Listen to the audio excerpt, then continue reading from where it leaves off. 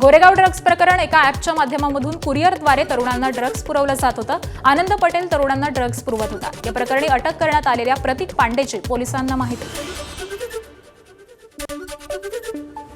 गोरेगावच्या नेस्को सेंटरमध्ये झालेल्या कॉन्सर्टमध्ये no camera policy लागू होती। कॉन्सर्टसाठी आलेल्यांना मोबाईलवरील कॅमेरावरती लावण्यास स्टिकर देण्यात आलेले होते।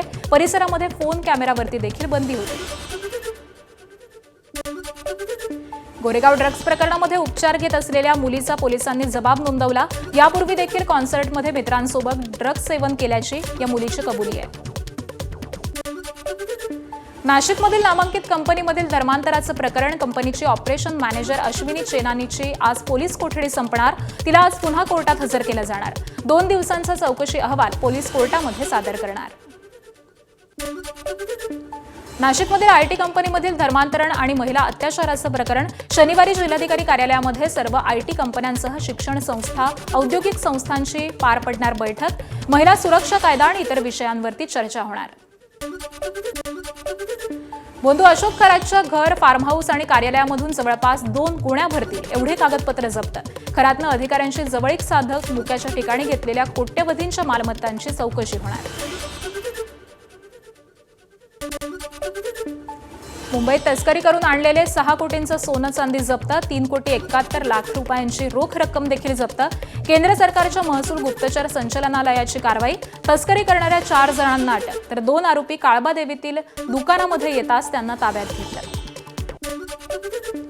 पुण्यातील विश्रांतवाडी नक्षलवादी हिडमाचं गाण्यामधून उदात्तीकरण केल्याचा आरोप। नृत्य करणाऱ्या गडचिरोली आणि चंद्रपुरातील विद्यार्थ्यांचं समुपदेशन केलं जाणार। हिडमा संविधान आणि लोकशाही विरोधी होता हे विद्यार्थ्यांना समजावून सांगणार। गोळीबार, हाणामारी अशा वादग्रस्त प्रकरणांमुळे चर्चेत असलेलं धाराशिवचं महाकाली कला केंद्र सील। न्यायालयाच्या आदेशाचं मुख्य दरवाजासह आतल्या खोल्यांना देखील सील। आत पिंजरा कला केंद्रावरती देखील टांगती तलवार। नाशिकच्या सिडकोमधील दत्त चौक परिसरामध्ये शिवसेनेच्या विभाग प्रमुखावरती कोयत्यानं प्राणघातक हल्ला। जुन्या वादामधून हल्ला झाल्याची माहिती आहे। हल्ल्यानंतर कार्यालयाची तोडफोड, 3 हल्लेखोर सीसीटीव्हीमध्ये कैद, गुन्हाही दाखल।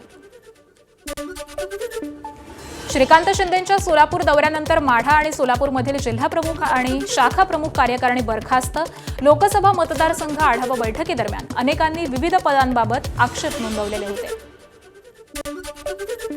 धाराशिवच्या पोलीस अधीक्षक रितू खोखरांविरोधात आमदार सुरेश धसांचा हक्कभंग आणण्याचा इशारा। रितू खोखर ड्रग्ज प्रकरणामधील आरोपींना पाठीशी घालत असल्याचा सुरेश धस यांचा आरोप, तर आरोपींना सहकार्य करणाऱ्या पोलिसांना देखील मकोका लावा, धसांची मागणी। महिला आरक्षण विधेयकाला पाठिंबा देण्याबाबत मुख्यमंत्री फडणवीसांचं लोकसभा आणि राज्यसभेतील महाराष्ट्राच्या सर्व खासदारांना पत्र। उद्धव ठाकरे, हर्षवर्धन सपकाळ, शशिकांत शिंदे, सुनील तटकरे अशा सर्व राजकीय पक्षांच्या प्रदेशाध्यक्षांना देखील पत्र दिल्याची माहिती आहे। राष्ट्रपती द्रौपदी मुर्मू आजपासून 2 दिवसीय विदर्भ दौऱ्यावरती। नागपुरात एम्समधील दीक्षांत समारंभामध्ये सहभागी होणार, तर संध्याकाळी राष्ट्रीय प्रत्यक्ष कर अकॅडमीमधील कार्यक्रमामध्ये देखील राष्ट्रपती सहभागी होणार। मुंबईतील बांद्रा कुर्ला कॉम्प्लेक्समध्ये मेट्रो साईटवरती क्रेन उलटली आहे। कामावेळी बीम उचलत असताना ही क्रेन उलटली। सुदैवाने या अपघातामध्ये कुठलीही जीवितहानी नाही। राज्यामध्ये ऊन तापायला सुरुवात। मंगळवारी 21 जिल्ह्यांमध्ये कमाल 40 अंश सेल्सिअसहून अधिक तापमानाची नोंद। अकोल्यामध्ये पारा 44 अंशांवर, महाबळेश्वरमध्ये देखील 34 अंश सेल्सिअस कमाल तापमानाची नोंद झाली आहे। नागरिकांनी काळजी घेण्याचा सल्ला। ठाणे आणि मुलुंड दरम्यान अनेक वर्षांपासून प्रलंबित असलेल्या विस्तारित रेल्वे स्थानकाच्या उभारणीचा मार्ग अखेर मोकळा। या प्रकल्पासाठी निधी मंजूर, लवकरच निविदा प्रक्रिया देखील पूर्ण होणार। राज्यातील तब्बल 92 लाख बेशिस्त वाहन चालकांना ई चलान जारी। ई चलान वसुलीचा वेग मात्र मंदच आहे। निम्मे चलान हे अद्यापही थकीत असल्याची सूत्रांची माहिती।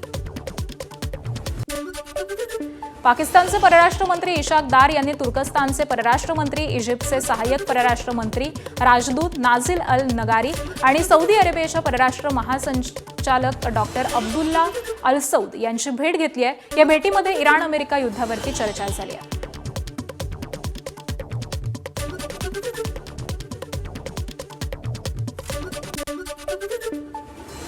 पंतप्रधान नरेंद्र मोदी आणि डोनाल्ड ट्रम्प यांच्यामध्ये फोनवरून चर्चा. दोन्ही देशांच्या नेत्यांमध्ये 40 मिनिटं फोनवरून चर्चा. अमेरिका आणि इराणमधील युद्धाच्या पार्श्वभूमीवरती चर्चेला महत्त्व. आखातातलं युद्ध संपत आलंय. अमेरिकेचे अध्यक्ष ट्रम्प यांचं मोठं वक्तव्य. फॉक्स न्यूजच्या मुलाखतीमध्ये त्यांनी वक्तव्य केलंय. तर इराणला देखील लवकरात लवकर समझोता हवाय. युद्धानंतर उभं राहण्याची इराणची 20 वर्ष जातील, ट्रम्प यांचा दावा. अनेक दशकांनंतर इस्रायल आणि लेबनॉनमध्ये चर्चा सकारात्मक झाल्याची इस्रायली राजदूतांची माहिती. हिजबुल्लाहनं मात्र करार स्वीकारण्यास नकार दिलाय. चर्चा सुरू असताना देखील लेबनॉनवरती इस्रायलचे हल्ले सुरूच. इस्रायल संरक्षण दलाचा हिजबुल्लाहच्या लक्ष्यांवरती जोरदार बॉम्ब हल्ला. आयडीएफनं हिजबुल्लाहची अनेक तळं ही नष्ट केल्याचा दावा केला.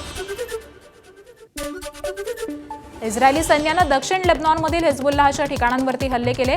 हिजबुल्लाहच्या लष्करी तळांवरती बॉम्बनं हल्ला केला आणि पायाभूत सुविधांची ठिकाणं देखील नष्ट केली आहेत. गाझापट्टीत इस्रायलनं केलेल्या 2 वेगवेगळ्या हल्ल्यांमध्ये 5 पॅलेस्टिनी नागरिक ठार. मृतांमध्ये 2 मुलांचा देखील समावेश आहे. हल्ल्यानंतर इस्रायलवरती वारंवार शस्त्रसंधीचं उल्लंघन केल्याचा आरोप. इस्रायली सैन्याचा हमासच्या एका बोगद्यावरती बॉम्ब हल्ला. जवळपास 800 मीटर लांबीचा बोगदा हल्ल्यामध्ये उद्ध्वस्त. या हल्ल्यानंतर अनेक शस्त्र आणि स्फोटकांचा साठाही सापडला. दहशतवाद्यांसोबत इस्रायली सैनिकांची चकमक. गोळीबारामध्ये 3 इस्रायली सैनिक जखमी. लष्करी कारवाई सुरू. परिसरामध्ये हाय अलर्ट जारी.